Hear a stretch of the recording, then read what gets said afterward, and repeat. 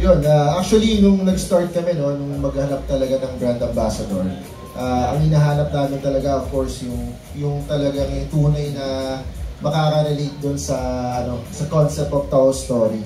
And, yun nga, no, hindi lang siya, si David kasi, hindi lang siya basta artista eh.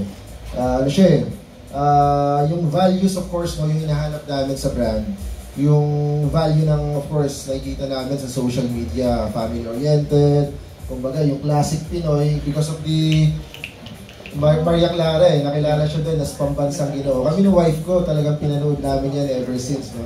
Kumbaga from start to wala pang Taho Story, sabi ko, pagpuporma kami, pagpuporma ako ng barong, titignan ko muna yung Instagram ni David, or pag may gagayahin ako na sabi ko.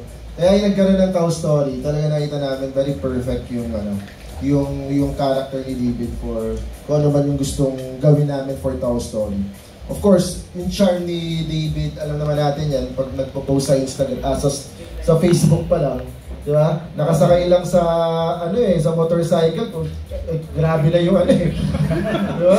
Yung picture lang na, grabe yung impact, no? Of course, yung charm ni David na, alam naman natin na madaling mahalin ng mga tao. And syempre, someone na kayang i-represent yung traditional classic Taho, but in a modern and aspirational way. Right. Yeah.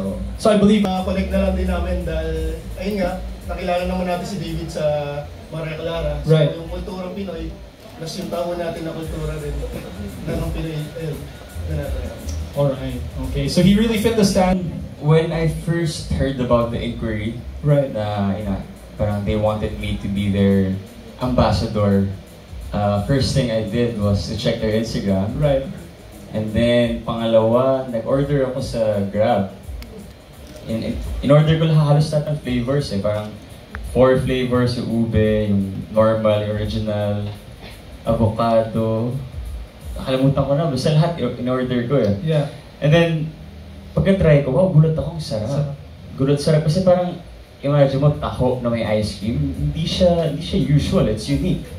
Diba? And then, ayun na, the meeting with them, nakita ko na sobrang passionate nila sa ginagawa nila. Like, imagine, like, nagsimula lang sila last year, and now, ang dami na nilang branches, you know? So, just for me to, gawing ambassador, maging part lang ng isang brand na sobrang laki ng potential, and plan din nila na mag-expand abroad, di ba? Sobrang big deal for me.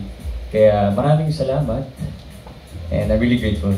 At yun, gagalingan ko syempre, ang trabaho ko naman dito talaga is to, like help them promote. Hopefully, I get to help them talaga. So. Right, right. Favorite style of taho mo? So okay lang sir, may rapid fire question lang tayo. Anong classic taho yung gusto nyo? Alright. Sa Taho Story ba? Oh, so sir, I'll ask you like multiple choice question, tas sagot lang ng mabilis. Okay. Alright, here we go. Are you all ready for the rapid fire? Yes. I think we can do better than that. Are you guys ready? Yes. Alright, so Sir David, here's the rapid fire question.